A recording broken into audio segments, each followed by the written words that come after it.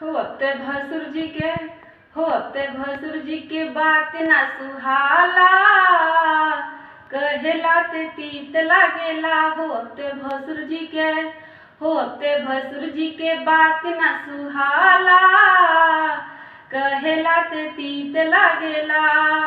कहेला ते तीत लागे कहेला ते तीत लागे कहेला ते तीत लागेला। हो अब ते भसुर जी के हो अब ते भसुर जी के बात ना सुहाला, कहेला ते तीत लागेला। हो अब ते मड़वे में हो अब ते मड़वे में इहे बाटे हल्ला, कहेला ते तीत लागेला। कहेला ते तीत लागे कहेला ते तीत लागे कहेला ते तीत लागेला।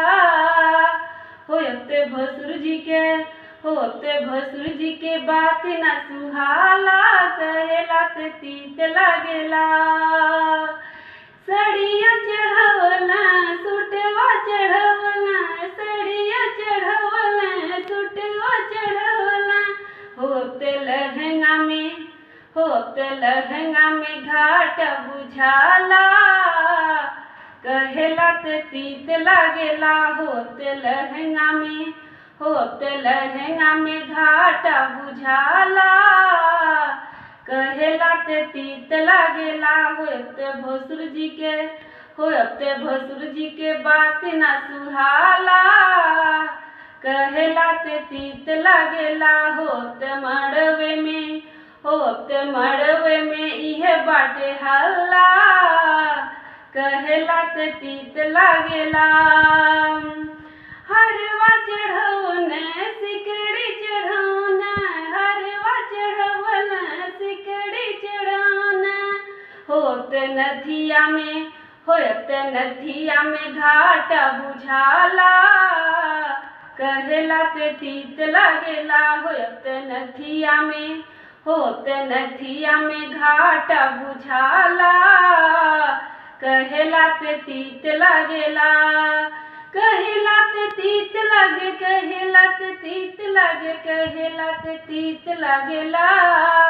हो अब ते भसुर जी के हो अब ते भसुर जी के बात ना सुहाला, कहेला ते तीत लागेला। हो अब ते मड़वे में हो अब ते मड़वे में इहे बाटे हल्ला, कहेला ते तीत लागेला। कंगना चढ़वला अंगूठी चढ़वला कंगना चढ़वला अंगूठी चढ़वला।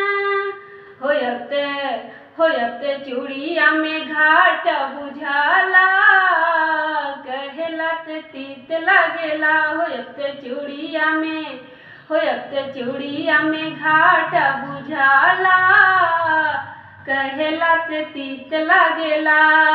कहेला ते तीत लागे कहेला ते तीत लागे कहेला ते तीत लागेला।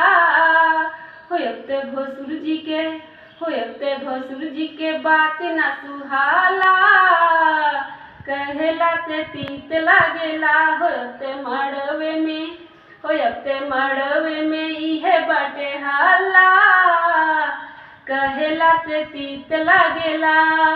कहेला ते तीत लागे कहेला ते तीत लागे कहेला ते तीत लागेला। झुमका चढ़वना टहेरा चढ़वना झुमका चढ़वना टहेरा चढ़वना। हो अब ते सिकड़ी में हो अब ते सिकड़ी में घाट बुझाला, कहेला ते तीत लागेला। हो अब ते मुनरी में हो अब ते मुनरी में घाट बुझाला, कहेला ते तीत लागेला। हो अब ते पायल में हो अब ते पायल में घाट बुझाला, कहेला ते तीत लागेला।